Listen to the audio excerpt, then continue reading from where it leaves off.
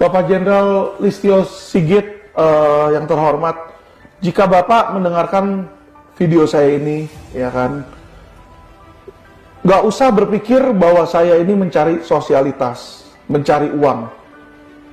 Ya, saya di Amerika usia 24 tahun, gaji saya 1 bulan udah 1 miliar. Situ, saya sudah cukup secara materi. Uang saya di luar negeri banyak di situ. Saya cuma kasihan pada masyarakat. Saya sebagai aparat penegak hukum, sebagai lawyer, saya bersumpah bukan kepada manusia di pengadilan tinggi, bukan kepada hakim, tapi saya bersumpah kepada Tuhan di situ bahwa saya akan membela masyarakat yang tertindas.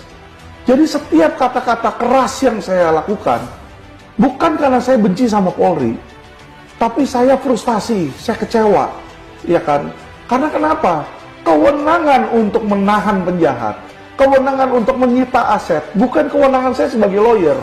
Apabila undang-undang memberikan, advokat kamu boleh menyita. Saya saat ini tidak akan duduk berbicara di podcast. Saya akan melakukan tugas saya sita-sitain, saya tangkap-tangkapin penjahat. Tetapi Bapak Kapolri yang terhormat, tugas penyidikan, tugas penangkapan para penjahat, tugas menyita aset-aset tindak pidana itu ada pada kepolisian. Dan saya tahu saya tidak bisa melakukan hal-hal tersebut. Makanya disitulah kami sudah membuat aduan. Aduan kami tidak ditanggapi, malah korban-korban yang mengadu itu diintimidasi balik, Bapak. Disinilah kami mau menggugah, ya kan? Apakah polisi masih punya rasa malu? Ya kan? Anda mengenakan baju polisi, setiap bulan Anda mendapatkan gaji dari apa? Keringat masyarakat. Apakah Anda peduli terhadap masyarakat? Ya, saya Bapak Kapolri, kalau Bapak berpikir bahwa saya mau mencemarkan nama baik Bapak atau polisi-polisi lain berpikir seperti itu, ya kan? Saya buat janji saya kepada Bapak. Bapak bereskan itu 5.000 orang, bereskan berikan hak ke mereka, berantas semua investasi bodong, tangkap tanpa pandang bulu, ya kan? Gak usah proses hukum, Pak. Bapak mau saya di penjara berapa lama? Misalnya pencemaran nama baik 4 tahun. Saya 4 tahun di penjara gak apa-apa, Pak. Saya masuk rela dan ikhlas, Pak. Di situ. Tapi Pak, ya kan, jika pembela masyarakat aja diperlakukan seperti ini, saya aja yang viral sulit untuk memperoleh keadilan, bagaimana rakyat biasa, Pak? Itu yang Bapak perlu pahami, ya kan? Mereka ini nggak punya corong, Pak, untuk berbicara. Mereka pun cuma bisa punya nangis, stres, bunuh diri, gantung diri, minum disinfektan, macam-macam itu. Kasihan Pak masyarakat, Pak. Ya, saya menggugah. Kenapa saya bilang seperti ini? Ya kan? Saya nggak tahu kitab suci teman-teman masing-masing apa, Bapak Kapolri apa. Tapi kitab suci saya bilang, Tuhan bilang, kasihilah sesamamu seperti kamu mengasihi dirimu sendiri. Seperti kamu mengasihi Tuhan Allahmu. Jadi kalau Bapak Kapolri mengembangkan tugas dan sayang pada Tuhan, sayangnya masyarakat ini. Masyarakat inilah yang membuat Bapak tuh terpilih menjadi Kapolri. Yang membuat presiden terpilih menjadi presiden. Jadi kalau Anda sudah kehilangan hati nurani di situ, ya kan, lalu apalah gunanya jabatan Kapolri? Ketika nanti kita meninggal dipanggil sama Tuhan, Tuhan nggak akan melihat Listio Sigit Kapolri, tidak. Listio Sigit, perbuatan baik apa yang kamu lakukan? Perbuatan jahat apa yang kamu lakukan? Disitulah kita diadili secara adil, bukan pengadilan di dunia yang bisa disogok, Pak. Tuhan tidak akan bisa disogok nanti. Jadi saya mohon kepada Bapak Kapolri, selama Bapak menjadi Kapolri, takutlah akan Tuhan. Jangan takut kepada siapa yang mengangkat siapa saingan politik Anda. Lakukan, masyarakat bisa lihat. Ketika Anda baik dan mengasihi masyarakat, masyarakat akan mendukung Bapak. Itu saja. Saya jawab ya Pak ya. Jadi pertama, oke. Benar, sekarang ada perkara terhadap saya, itu yang seperti saya bilang, perkara itu sudah pernah disidangkan, tapi disidangkan lagi. Jadi saya berpendapat, dan sebenarnya teori hukum juga menyatakan hal yang sama.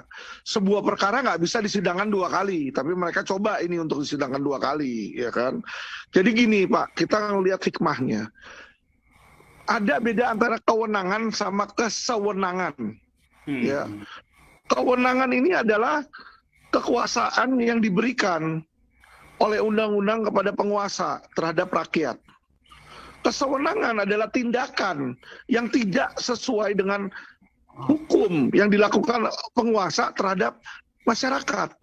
Jadi Pak, kalau kita ngomong kesewenangan, sebenarnya mereka nggak perlu sidangin. Yang mereka mau terhadap Alvin Lim, sebenarnya nggak disidangin Pak, langsung ditangkap di penjara Pak. Bapak sudah pernah dilaporin polisi, masuk Bapak bilang tentang ITE. Pak, laporan ITE saya ada 20 lebih Pak. Hari ini pun ada panggilan ITE, ada panggilan ke kantor saya, ya kan sama pasal ITE dari Jawa Tengah Pak, Polrestabes Semarang Pak, ya kan. Jadi udah puluhan Pak yang laporin Pak di situ. Kalau memang waktunya kita di penjara, balik lagi, ya kan. Sorry ya, saya bukan bawa-bawa agama Pak. Banyak nabi-nabi, rasul-rasul Allah juga yang dimasukin penjara.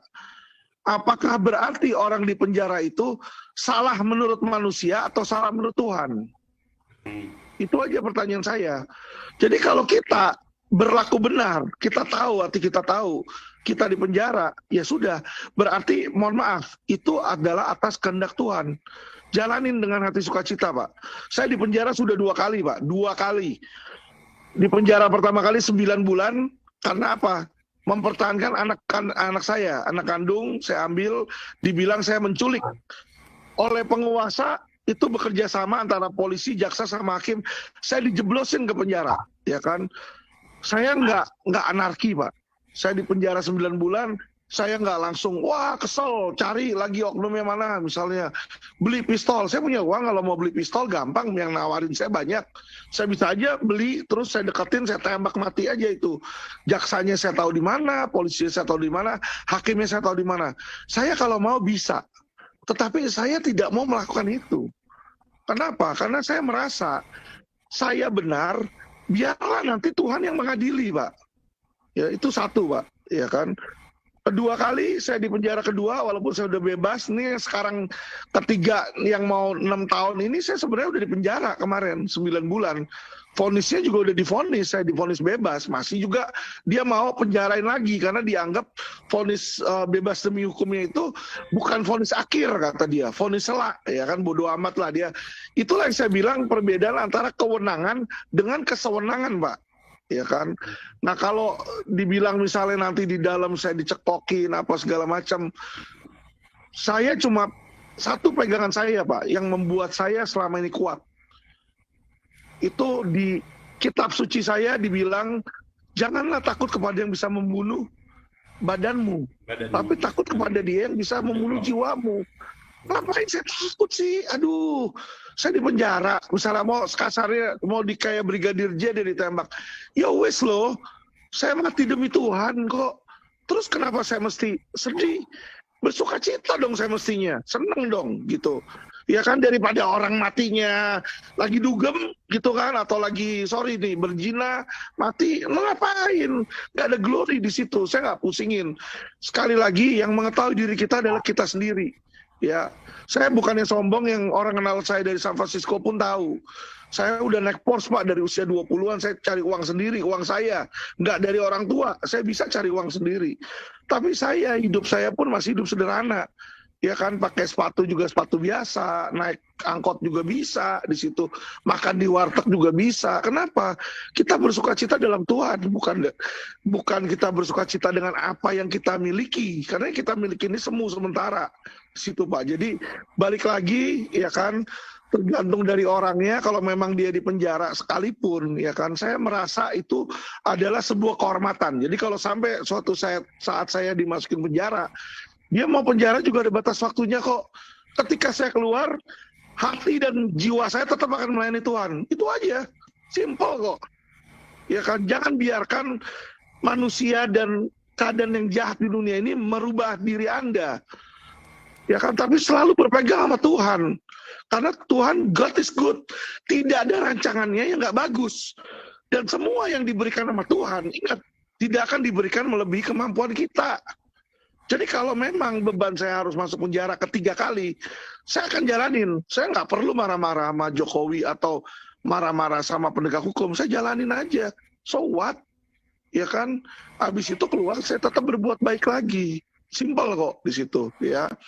Nah, kalau masalah ITE Pak, semestinya kalau Bapak punya lawyer yang berani, vokal, itu pasal 28 kemarin Bapak bisa nggak kena Pak. Karena sorry, yang laporin saya itu udah puluhan Pak, kalau ITE ya. Itu yang laporin saya udah puluhan. Dan semuanya itu saya ada pamungkasnya di mana laporan itu nggak ada satupun yang naik. Jadi termasuk Pandana Baban bikin 3 LP terhadap saya, bikin laporan polisi tuh di Polres Jakarta Pusat. Satu pun nggak ada yang kena di situ. Ya kan, karena kenapa? Bukan pencemaran nama baik, dia bilang pencemaran nama baik. Jadi kalau kita ngomongin fakta, misalnya saya bilang Pandana Baban mantan koruptor menerima uang suap, ya kan? Faktanya dia pernah terima uang suap, itu bukanlah pencemaran nama baik di situ. Jadi banyak hal-hal tertentu Pak, yang dimana kalau orang nggak ngerti, dipikir itu pencemaran nama baik. Jadi contoh kalau kita ngadain WhatsApp tertutup di situ, ya kan, itu juga nggak bisa jadi pencemaran nama baik. Kalau kita dipanggil oleh koran, dimintain sebagai juru bicara, terus kita bicara, itu juga nggak bisa pencemaran nama baik. Ya kan, contoh kayak begini, konsultasi hukum. Ketika saya menjawab orang terhadap konsultasi hukum, saya memiliki imunitas, hak imunitas yang diatur di Undang-Undang Advokat. Itu juga tidak bisa dikenakan pidana. Jadi Pak, nggak apa-apa, bagus di sini Bapak bisa belajar hukum, ya kan, supaya Bapak bisa tahu hal-hal mana yang bisa kena pidana, mana yang tidak. Karena nggak semua ketika kita bicara jelek tentang seseorang, itu langsung kena pidana. Jadi misalnya saya bilang, kepolisian brengsek, gitu kan. Terus saya dilaporin polisi, katanya pencemaran nama baik, penistaan. Gak bisa. Karena kata-kata kepolisian brengsek, misalnya kan, merefer ke institusi. Pencemaran nama baik itu hanyalah kepada kehormatan seseorang, harus orang badannya, subjeknya. Jadi inilah yang mana yang kita hukum ini pelajari, ada SKB 3 Menteri, ada undang-undang. Disitulah kita ingatkan kembali. Nah kadang Pak, ada kesewenangan dari penyidik. Mestinya kita nggak dibuat salah, dia mau bikin salah. Nah itulah baru kita aduin mereka ke propam atau kita gugat mereka balik. Biasanya kalau kita tahu, dia tahu kita tahu hukum, dia nggak akan berani lanjut. Nah disitulah teman-teman nanti kan udah kenal LQ. Jadi kalau sampai suatu saat terjebak masalah-masalah seperti itu, kami bisa bantu sebisa kami untuk melepaskan sesuai dengan kemampuan berdasarkan undang-undang yang berlaku. Jadi kita nggak pakai cara premanisme atau ngancem atau apa, tidak sih di situ teman-teman ya. Itu Pak. Sekian.